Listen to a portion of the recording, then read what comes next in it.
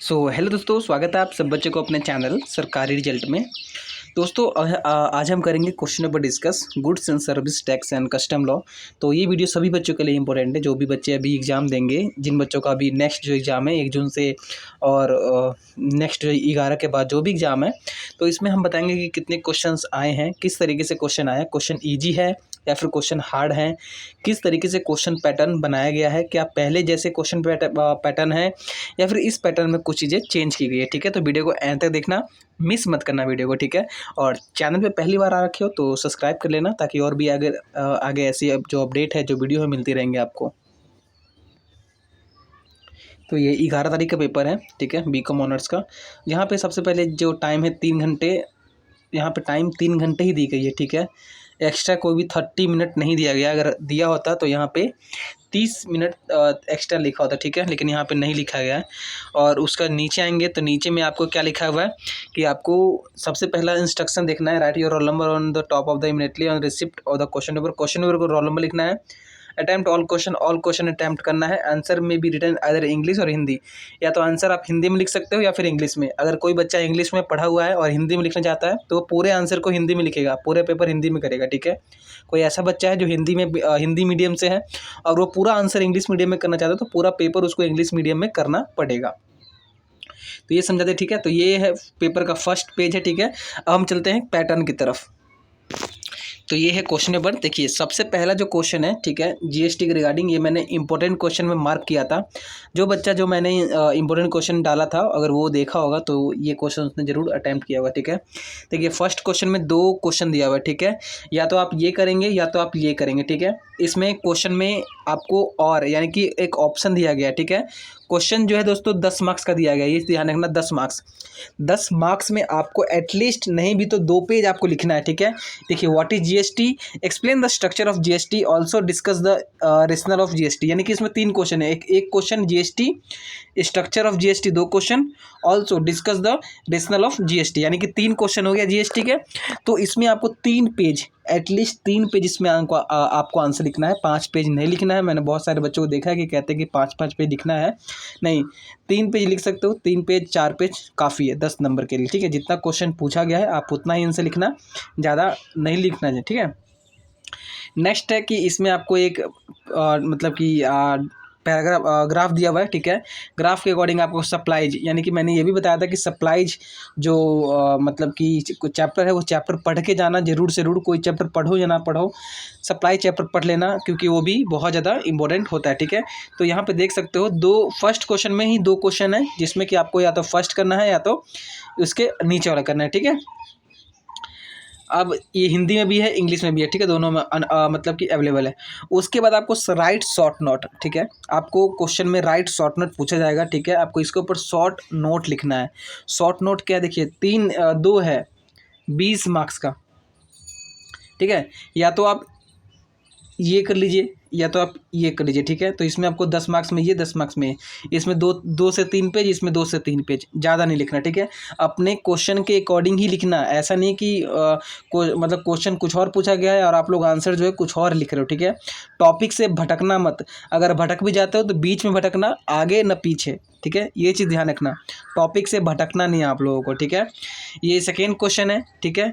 Second का ही second है, इसमें और दिया हुआ, यानी कि या तो ये कर दीजिए या तो ऊपर वाला कर दीजिए। कोई भी स्टूडेंट दोनों क्वेश्चन नहीं करेगा, नहीं तो दोनों में से किसी का भी मार्क्स आपको नहीं मिलेगा।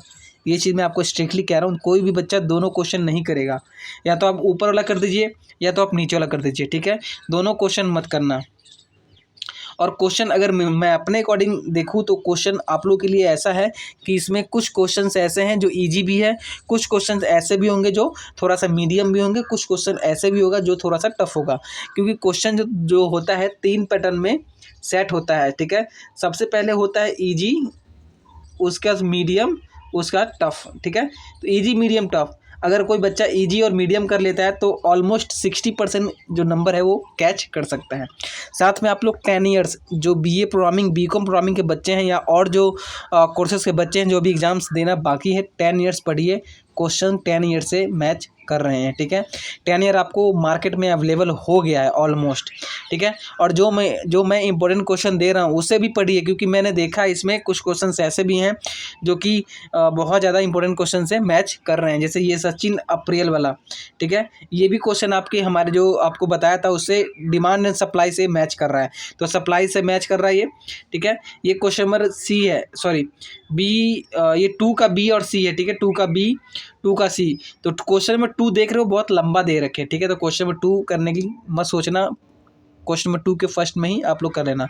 ये थर्ड है, ठीक है। क्वेश्चन नंबर थर्ड में यहाँ पे और ऑप्शन दिया है, ठीक है। तो आपको सभी क्वेश्चन में और का एक ऑप्शन मिलेगा, जो कि आप या तो वो वाला कर लीजिए या तो उसका दूसरा कर लीजिए। अगर आपको दूसरा इजी लग रहा है, दूसरा आता है तो दूसरा कर सकते हैं, लेकिन कोई भी क्वेश्चन आप लोग छोड़ना मत, टॉपिक से, उस टॉपिक से रिलेटेड उसको लिख देना, ठीक है। अगर आप लिख देते हो तो आपको ऑलमोस्ट अटैम्प्ट करने के भी आंसर्स के नंबर मिल जाते हैं, ठीक है। अब क्वेश्चन नंबर 4 देखते हैं, ठीक है। क्वेश्चन नंबर 4 में भी आपको शॉर्ट नोट लिखने को दिया गया, ठीक है। 7.5 नंबर का, 15 नंबर का है, 7.5 का ये, 7.5 का ये। अब एक बात बताओ, टैक्स इनवॉइस को 7.5 नंबर में कितना 10 पेज तो लिख नहीं सकते, 2 पेज काफ़ी है, इसके लिए 2 पेज काफ़ी है, ठीक है। 2 पेज हो गया, तो अपने नंबर के अकॉर्डिंग ही लिखना, इस तरीके से नंबर वहाँ पर डिवाइडेड होगा, इस तरीके से नंबर से अकॉर्डिंग लिखना। अगर 7.5 मार्क्स का है तो 2 पेज, 10 मार्क्स का है तो 3 पेज, ये चीज़ हमेशा याद रखो। और अगर 20 मार्क्स का एक ही क्वेश्चन दिया हुआ है तो उसको 4 पेज तो लिखना जरूरी है भाई, ठीक है। 4 या 5 पेज लिखना जरूर। इसमें आपको देखिए पहले इजी दिया है, उसके बाद क्या लिखा है, different types of offence under GST, explain the provision pertaining of penalty regarding this offence. तो ये क्वेश्चन थोड़ा सा नीचे वाला टफ था, ऊपर वाला इजी दिया है, ठीक है। इस तरीके से दिया हुआ है ताकि बच्चे आप लोग पास भी हो जाओ। ये 5वां देखो, 5वें में ए है राइट शॉर्ट नोट, ठीक है। बी में आपको दिया हुआ है तो ए और बी दोनों करना है, ठीक है। ए और बी दोनों करना, नीचे भी आपको और दिया हुआ है, explain the flowing types of duties level under custom law. Custom law भी मैंने क्वेश्चन बताए थे, ठीक है। ये भी आ गया है, ये भी आपको यहाँ पे दिख रहा है। तो आप लोग जो भी बच्चे मैं कराता हूँ, जो इंपॉर्टेंट क्वेश्चन, इंपॉर्टेंट टॉपिक्स आप लोग जरूर पढ़ना, क्योंकि उसी से ही आते हैं, ठीक है। तो ये क्या था, क्वेश्चन नंबर 5, ठीक है। 5 क्वेश्चन कर लिए हैं, तो यहाँ पे क्वेश्चन नंबर 5 ही आते हैं, ठीक है। पाँचों के पाँचों आपको अटैम्प्ट करना है, ठीक है। 5 क्वेश्चन में हर एक क्वेश्चन में ऑप्शन दिया हुआ है, यानी कि टोटल 10 क्वेश्चन है। 10 क्वेश्चन में से कोई आपको 5 क्वेश्चन करना है, ठीक है। तो ये चीज़ आप लोग याद रखना, जो भी मैंने इंस्ट्रक्शन दिया है प्लीज़ वो इंस्ट्रक्शन को फॉलो करना, बिना इंस्ट्रक्शन को फॉलो करे आंसर्स न छोड़ना, टॉपिक से नहीं भटकना है, ठीक है। और 10 ईयर्स को ऐसे रट लो, ठीक है। अगर आप लोग पूरे चैप्टर नहीं पढ़ सकते हो तो शुरू के 3 चैप्टर पढ़ लो, एटलीस्ट पास तो हो जाओगे, ठीक है। ऐसा भी नहीं तो शुरू के 2 चैप्टर, बीच का 2 चैप्टर और एंड के 2 चैप्टर, ऐसे 6 चैप्टर पढ़ लो, ठीक है।